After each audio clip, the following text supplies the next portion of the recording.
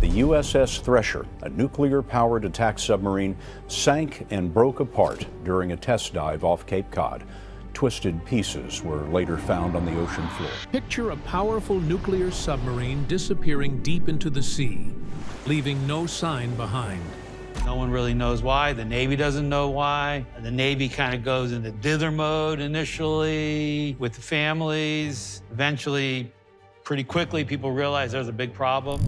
For many years, the loss of the USS Thresher stood as one of the greatest mysteries in naval history, hidden under silence and unanswered questions. What we would see would be ripped, torn, and rended wreckage that we largely just don't see at the wreck site. The wreck site photography indicates something slightly less dramatic than an explosion. But today, with new evidence and discoveries, the real story is finally coming to light. And the truth is far darker and more unsettling than most people could ever imagine. I think the reality is that the ship was lost for much more mundane reasons. Like there was a fire on board, they couldn't extinguish it, and it knocked out power, and then the submarine just sank beyond a depth where it could be saved. This is the story of the USS Thresher, and together we will uncover what truly happened beneath the ocean waves.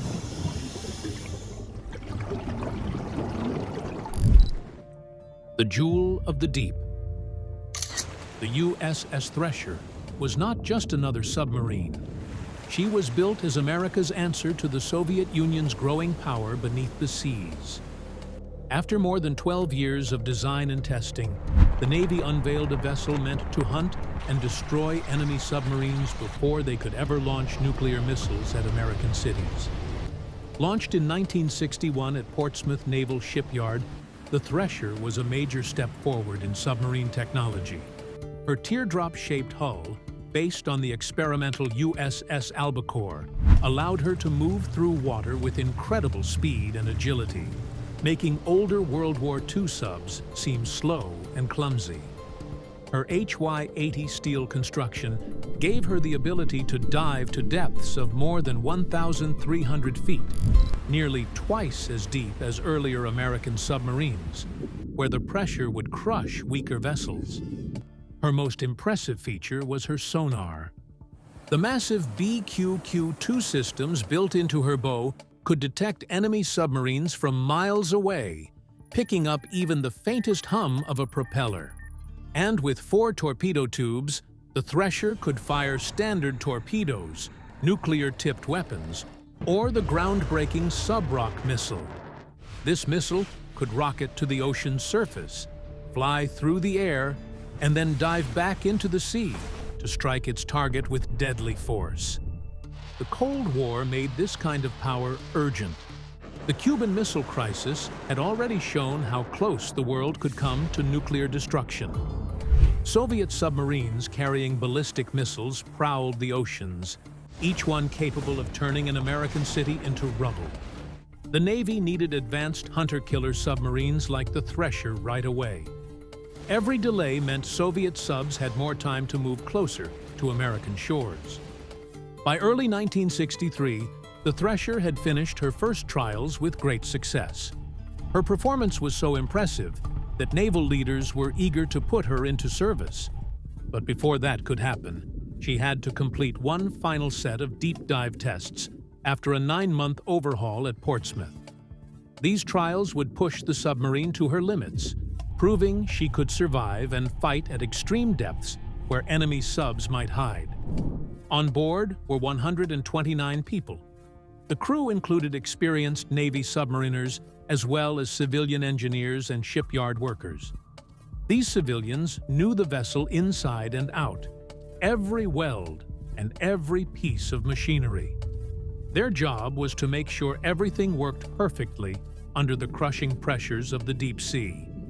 For many, it was routine duty, just another test to confirm that America's most advanced submarine was ready for war. But as the Thresher prepared for her final trials on April 9, 1963, nobody knew what was about to happen. What followed would become the deadliest submarine disaster in American history. And the truth of that day would remain buried for decades, hidden in secrecy and official reports that failed to tell the whole story. The real answers would only begin to surface years later, thanks to one determined expert who refused to accept the Navy's explanation. The calm before the silence.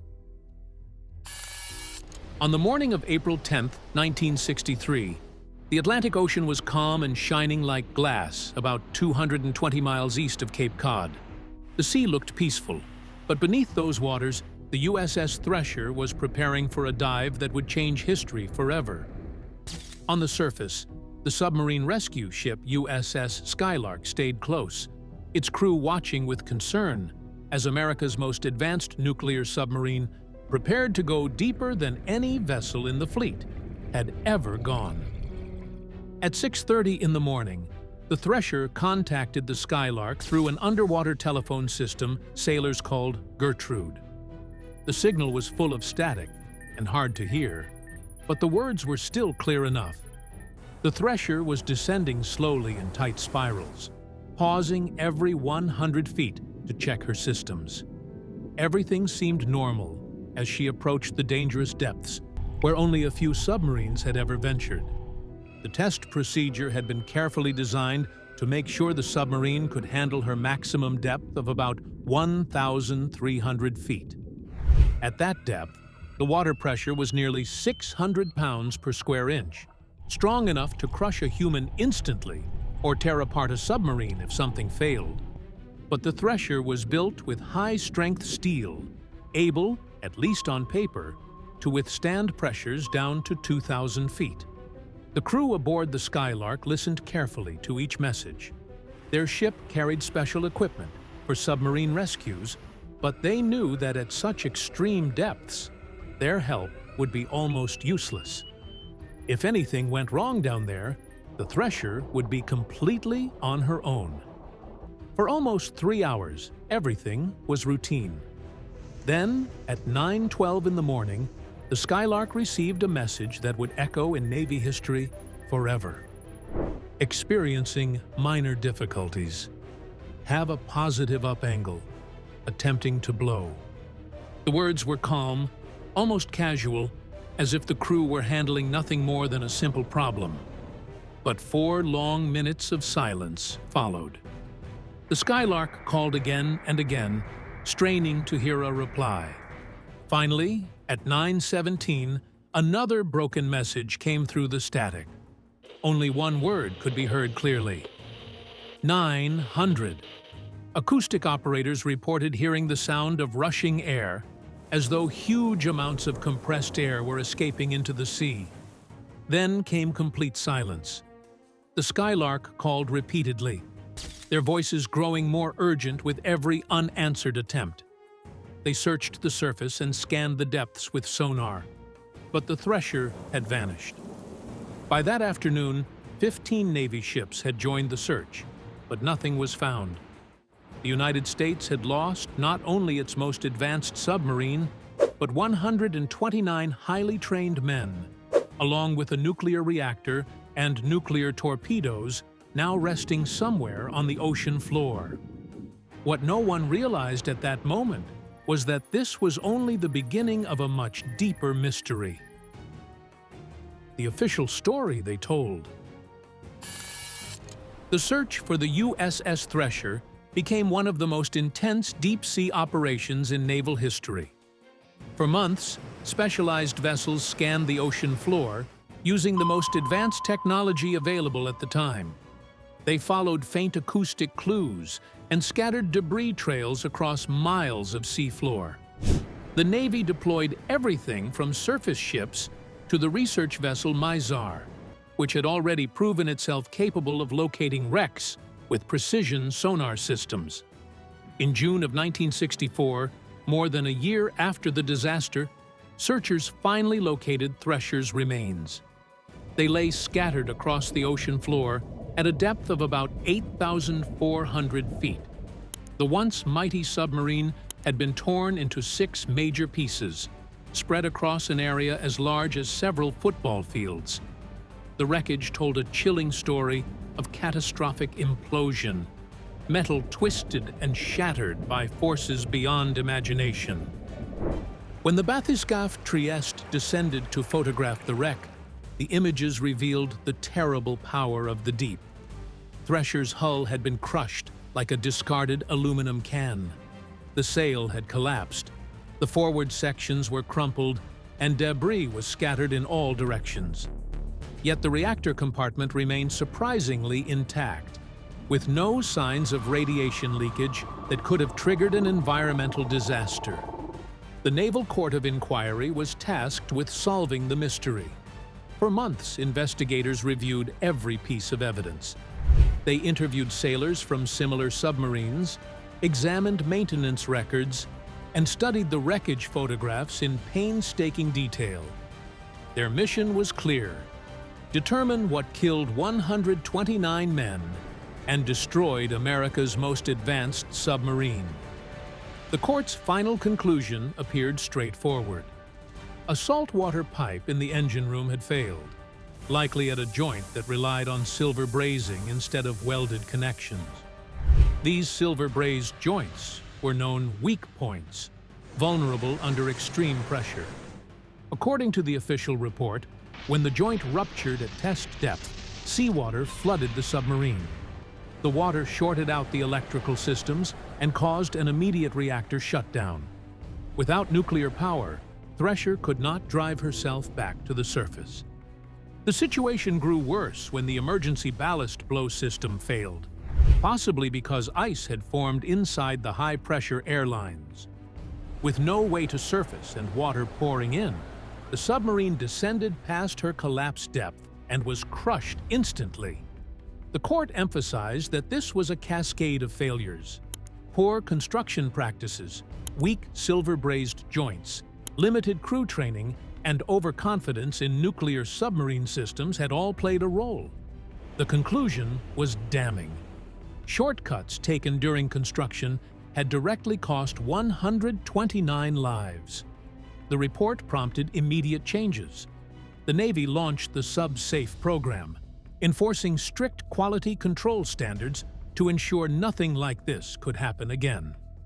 Silver brazing was banned from critical systems. Emergency procedures were rewritten, and crew training was intensified. Most people accepted this official explanation, but one man who had listened carefully to Thresher's final moments through underwater microphones believed the court had it completely wrong. The evidence they ignored. Lieutenant Bruce Rule never set out to solve the mystery of the USS Thresher. In 1963, he was a young Navy officer assigned to the SOSUS Evaluation Center in Norfolk, Virginia. His job was to analyze acoustic data from a revolutionary underwater listening system that most officers in the Navy did not even know existed. This system, called SOSUS, short for Sound Surveillance System, was America's secret weapon against Soviet submarines.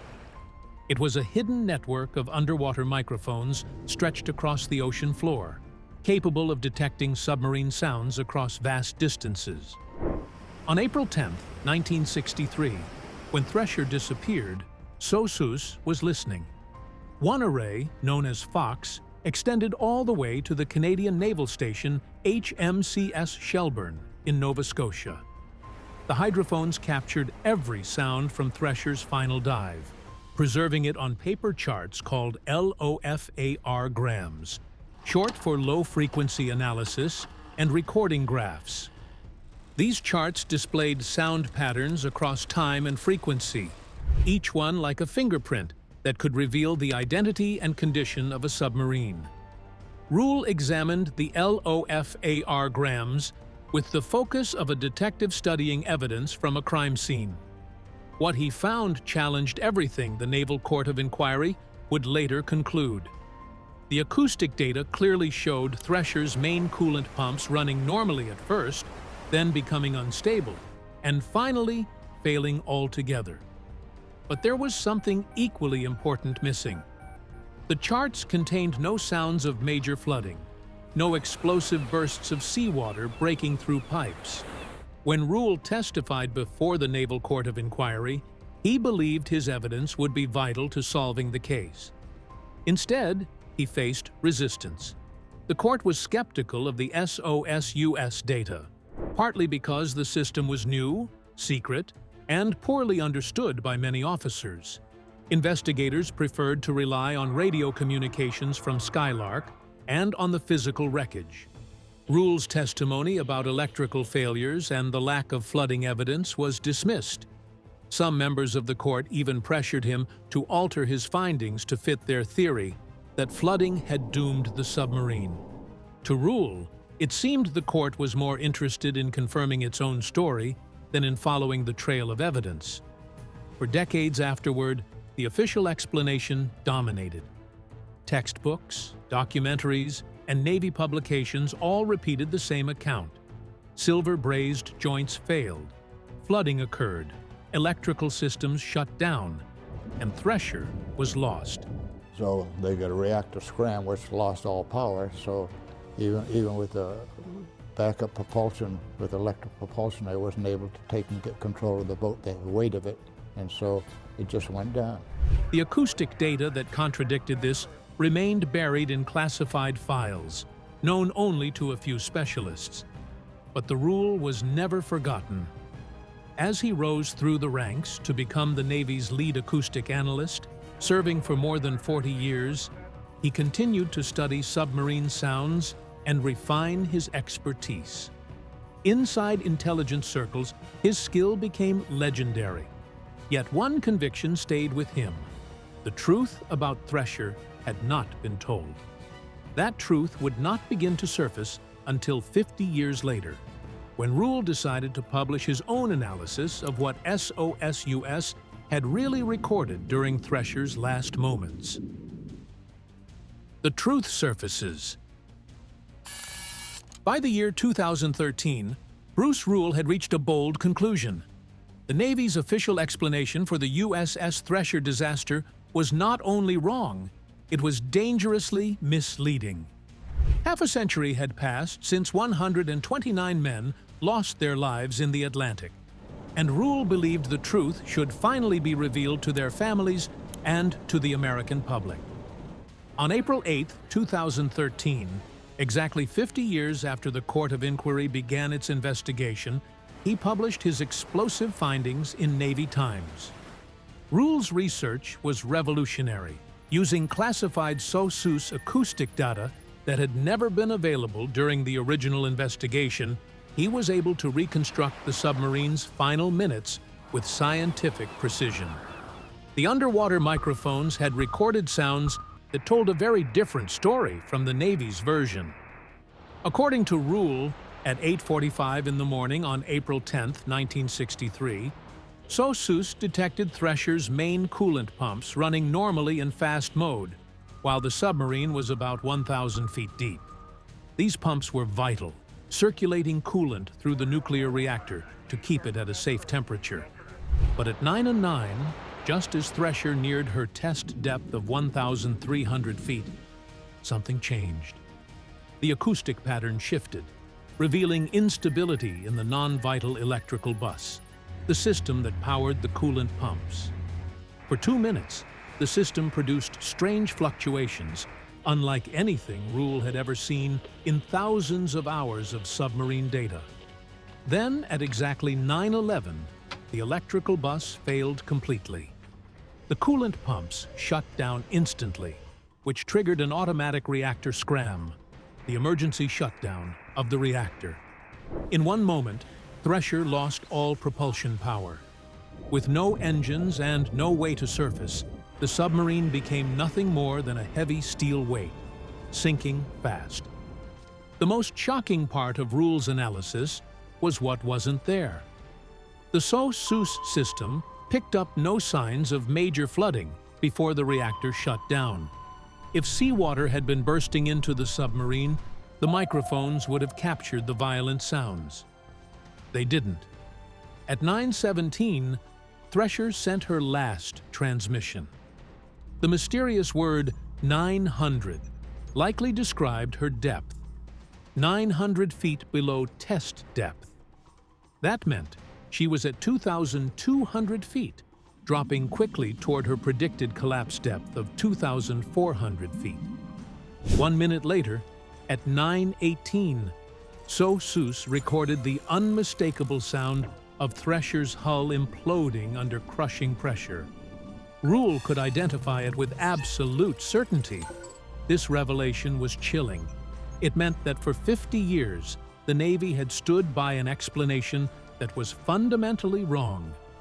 The real cause wasn't flooding from faulty piping. It was an electrical failure that left the submarine powerless at the worst possible moment. The cover-up question. Bruce Rule's explosive findings raised a troubling question that would hang over the Navy for years. If the USS data clearly contradicted the official story, why was it ignored for 50 years? The answer was tied to secrecy, politics, and the Navy's need to protect its reputation. In 1963, USS was one of the Navy's most guarded secrets. The underwater listening network was America's main tool for tracking Soviet submarines during the Cold War. Revealing its full power would have put national security at risk. The Naval Court of Inquiry did have access to USS recordings, but most of its proceedings were classified. The acoustic evidence was never discussed openly or shown in congressional hearings. Even more disturbing, the court had dismissed Rule's original testimony. As a young lieutenant in 1963, Rule presented his acoustic analysis to the court. Instead of listening, he was attacked. Navy commanders aggressively challenged his data, trying to force him to change his conclusion. Rule later remembered it as a vicious but failed attempt to silence him. The pressure to blame the disaster on flooding rather than electrical failure may have gone far deeper. An electrical system failure inside the propulsion plant would have cast doubt on Admiral Hyman Rickover, the powerful father of the nuclear navy. His reactor designs powered America's submarines, and questioning their reliability could have caused a political storm. The court's final report reflected this caution. Instead of stating clearly that the coolant pumps failed, it said only that the pumps slowed or stopped. This vague wording allowed the Navy to maintain the flooding story without pointing blame at the nuclear system itself. For decades, the classified nature of USS data kept Rule's evidence buried. The few naval officers who understood underwater acoustics were bound by secrecy laws and could not publicly challenge the official version. Meanwhile, submarine safety reforms focused on stopping flooding, not fixing the electrical flaws Rule believed had doomed Thresher. The consequences were serious. While the SubSafe program prevented future flooding disasters, it did little to address the kind of electrical failures that could still shut down a reactor at dangerous depths. If Thresher had been lost to an electrical failure, then other submarines could face the same hidden risk.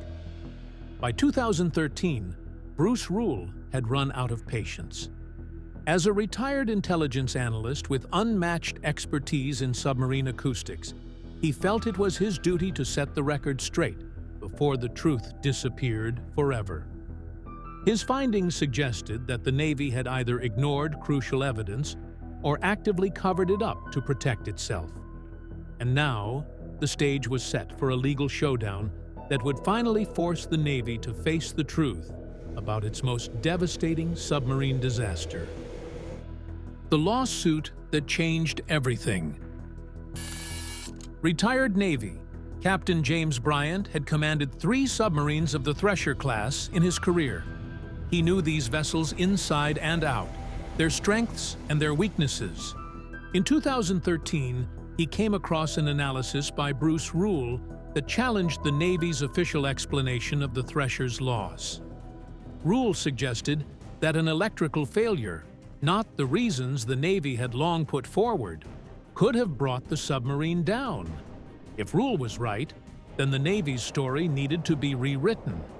Bryant wanted proof. But when he tried to get the documents through Freedom of Information Act requests, the Navy refused. Time and time again, They claimed that releasing the records would threaten national security or expose sensitive submarine technology. Decades had passed since the tragedy, yet the wall of secrecy held firm. By 2019, Bryant had enough. He filed a federal lawsuit demanding the release of more than 3,600 pages of investigative files. These included witness testimony and technical analyses that could confirm Rule's findings. The Navy pushed back hard, insisting that even 60-year-old documents still contained details too sensitive to be made public. But Bryant was not alone. Families of the lost crew joined his fight. Among them were Joy McMillan and her brother Tim Nunes, whose father, Walter Jack Nunes, had died on the Thresher. For decades, they had lived with vague explanations and unanswered questions. Their mother had passed away in 2016 without ever knowing the full truth about her husband's death. Then, in February 2020, U.S. District Judge Trevor McFadden ruled in Bryant's favor. He ordered the Navy to release portions of the report each month, declaring that the public's right to know outweighed the government's secrecy claims. By September of that year, the first 300 pages were made public. These documents contained court testimony and technical data the Navy had long kept hidden. Officials claimed the papers added little to the story, but they revealed otherwise. They showed that alternative explanations had been considered back in 1963, but were quietly dismissed. For the first time in history, the Navy was forced to peel back the layers of secrecy around its most devastating submarine disaster. The truth about the Thresher was no longer buried forever. It was surfacing, one declassified page at a time. The final revelation. The documents released through James Bryant's lawsuit revealed shocking new details. They backed Bruce Rule's acoustic analysis and cast serious doubt on the Navy's long-standing explanation of what sank the Thresher. One of the most surprising revelations came from the submarine USS Seawolf, which joined the search soon after the disaster. Logs show that Seawolf arrived at the site on April 11, 1963, just over one full day after Thresher disappeared. During several dives, Seawolf's crew reported hearing strange underwater sounds. They thought these could be signals from survivors. At one point, they even broadcasted a message into the depths: "We hear your underwater telephone. If you will send 5 dashes, we will have positive identification. Send 5 dashes." But this raised an unsettling question. Official data confirmed that Thresher had collapsed at 9:18 in the morning on April 10th. So how could Seawolf be picking up possible signals more than 24 hours later? Some experts say survival at a depth of 2,400 feet was impossible. They argue that what Seawolf heard was likely trapped air or shifting debris. Others believe the possibility of survivors cannot be completely ruled out. The declassified files also revealed that some Navy engineers doubted flooding was the cause. They suspected that a sudden electrical failure left Thresher powerless at its deepest and most vulnerable point. But these doubts were quietly downplayed in the official report. This new evidence points to a grim truth. It wasn't faulty joints, as the Navy long claimed.